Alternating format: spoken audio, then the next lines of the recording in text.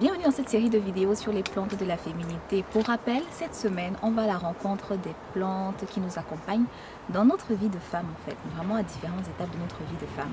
Et hier, on a commencé avec la sauge. Donc aujourd'hui, on va parler d'une plante sauvage. Elle est très commune. Tu l'as peut-être déjà rencontrée sans le savoir parce qu'elle pousse même en ville, près des maisons. C'est une citadine, donc il n'est vraiment pas rare de la rencontrer en ville. Donc cette belle sauvage de la famille des astéracées s'appelle l'Achillée millefeuille.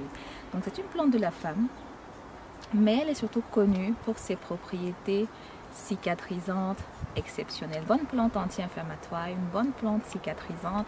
C'est d'ailleurs pour ça qu'elle est surnommée l'herbe aux coupures. On appelle aussi l'herbe au charpentier, l'herbe au militaire, l'herbe au soldat, parce que depuis longtemps, l'Achillée millefeuille était utilisée pour ses vertus cicatrisantes. Elle a aidé les soldats au combat en guérissant leurs blessures. D'ailleurs, il y a une vieille utilisation, une très vieille utilisation des feuilles d'Achillée millefeuille qui consiste en fait à prendre la feuille qui est là, de la rouler en boule et de mettre dans les narines pour stopper les saignements de nez par exemple. Plante cicatrisante, plante hémostatique. D'ailleurs, c'est pour ça que je n'hésite pas à l'utiliser dans ma pommade pour boutons percés. J'aime une pommade pour boutons percés à base de 3 plantes.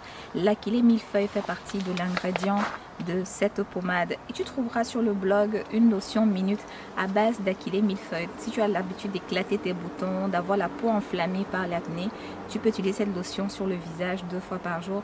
Mais attention, l'Achillée millefeuille peut être photosensibilisante chez certaines personnes. Donc ne pas hésiter à l'appliquer peut-être plutôt le soir, tu vois. Tu peux faire une huile de macération à base d'Achillée, donc une huile cicatrisante, j'adore.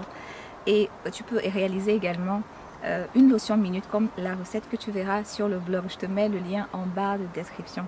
Alors, pourquoi c'est une plante de la femme? Au-delà de ses propriétés cicatrisantes et anti-inflammatoires, l'Achillée millefeuille est surtout et aussi une plante de la femme. Naïf disait d'ailleurs à propos de l'Achillée millefeuille, toutes les femmes éviteraient les ennuis si elles prenaient de temps en temps l'Achillée millefeuille, que ce soit la jeune fille pubère qui a des règles irrégulières ou qu'il s'agisse d'une femme âgée qui est en pleine ménopause. Et oui, l'Achillée millefeuille est puissante sur la régulation hormonale. Elle va régulariser les règles, hein, comme on le voyait avec la sauge hier. Si tu saignes énormément ou si tu ne saignes pas assez, l'Achillée millefeuille va réguler ton flux menstruel. Et là où elle est aussi intéressante, c'est qu'elle va agir efficacement sur les métrorragies également. En fait, la métrorragie, c'est quand tu as tes règles en dehors des règles, en dehors de la période des règles, tu vois. Donc si tu as des règles de temps à autre qui viennent un peu n'importe quand, n'importe comment, l'Achillée millefeuille peut être d'une grande aide.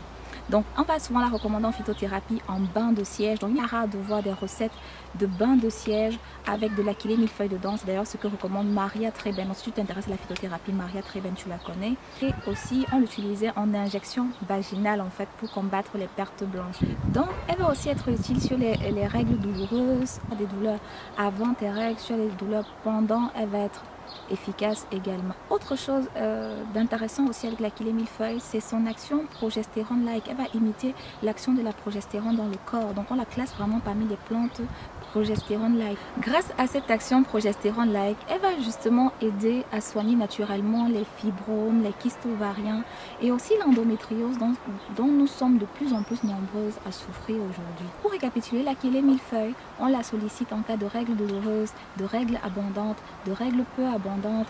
Quand il n'y a pas de règles, quand les règles arrivent de temps en temps, on va la solliciter en cas de perte blanche, etc.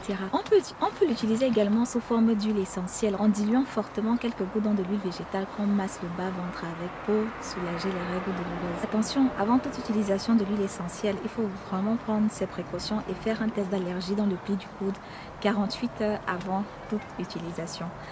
À savoir que l'Achillée millefeuille va être déconseillée aux femmes enceintes, aux femmes qui allaitent et même aux enfants et aux personnes également qui souffrent d'épilepsie. Après, si tu souhaites prendre de la tisane d'Achillée millefeuille en interne, ne pas hésiter, surtout c'est très important à demander conseil en herboristerie et surtout d'informer son médecin de la prise en interne de plantes médicinales, surtout si on prend des médicaments, parce que l'Achillée millefeuille par exemple va interagir avec les médicaments qui fluidifient le sang. Donc il faut vraiment prendre des précautions avant toute consommation orale, donc avant de la prendre en interne. Ce que j'avais à dire sur l'Achillée millefeuille aujourd'hui, bien sûr elle a d'autres propriétés, mais on ne va pas toutes les citer dans cette vidéo. On se retrouve demain avec une autre plante de la féminité.